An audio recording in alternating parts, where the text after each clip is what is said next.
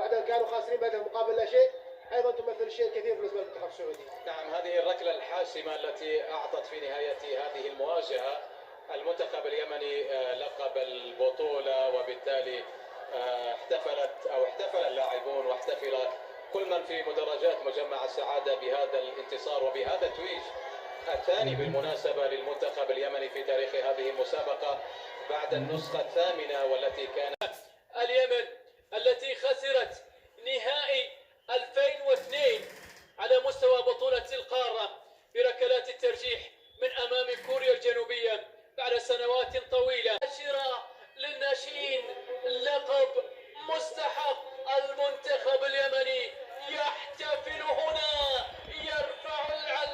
يرفع الكاس ويرفع العلم، زئير لأسود اليمن.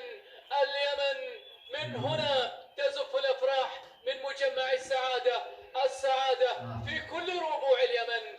المبروك للأشقاء، على أمل إن شاء الله أن سالم السالمي ألتقيكم إن شاء الله في مباريات أخرى قادمة. تقبلوا تحياتي وإلى اللقاء.